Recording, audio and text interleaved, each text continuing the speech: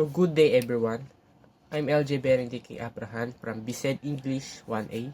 So I'm here to tackle about the second language acquisition. So first of all, what is second language acquisition and why is it important? Second language acquisition, or SLA, refers to how we communicate languages other than our first language or our mother tongue. So I think it's crucial because it enables us to communicate with diverse cultures and opens up various opportunities in our increasingly global society.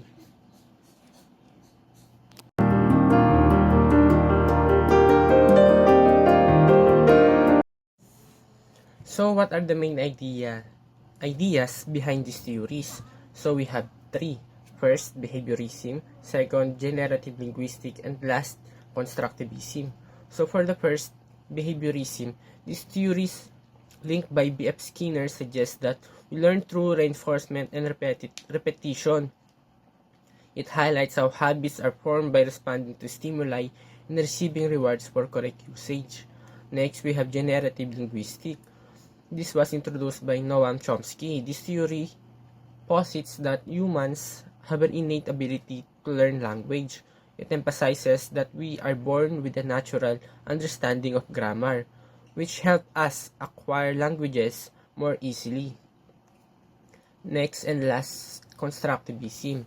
This perspective associated with Piaget cognitive development, and Vygotsky focuses on active learning. It suggests that we construct our knowledge through social interactions and collaborations with others.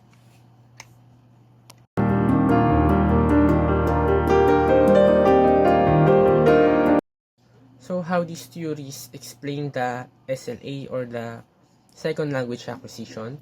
First, for the behaviorism, this theory emphasizes learning through practice and positive reinforcement. For instance, repetitive drills can help solidify vocabulary and grammar in our minds. Next, for the generative linguistic, this perspective suggests that we can learn complex grammatical structures using our inherent language abilities and exposure to language in our environment. And last, constructivism. This theory shows that social interactions are essential for language learning. Engaging with your classmates help us practice and understand language in real-life situations.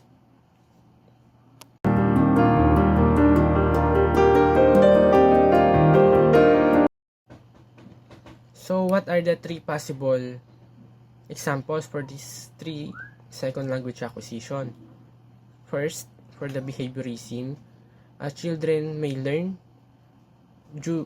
by doing audiolingua or any practical applications that may include positive reinforcement or rewards are effective in integrating it in language teaching practice. For the generative linguistic, a child learning a new language can understand complex sentences just by listening to their parents and peers, demonstrating how we can learn naturally. So for the constructivism, in language classes, group activities encourage collaboration, allowing students to learn from each other and apply their language skills.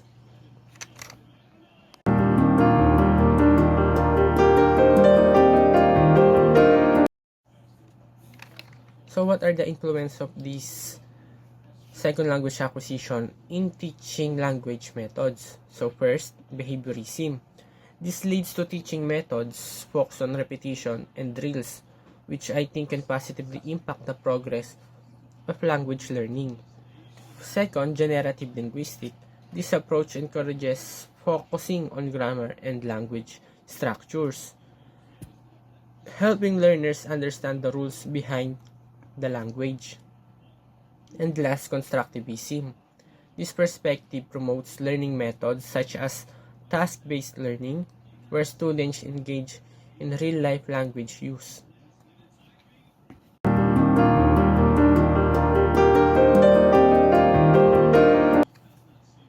So, for me, the most effective theory is the generative linguistic because I find it very particular for language learning.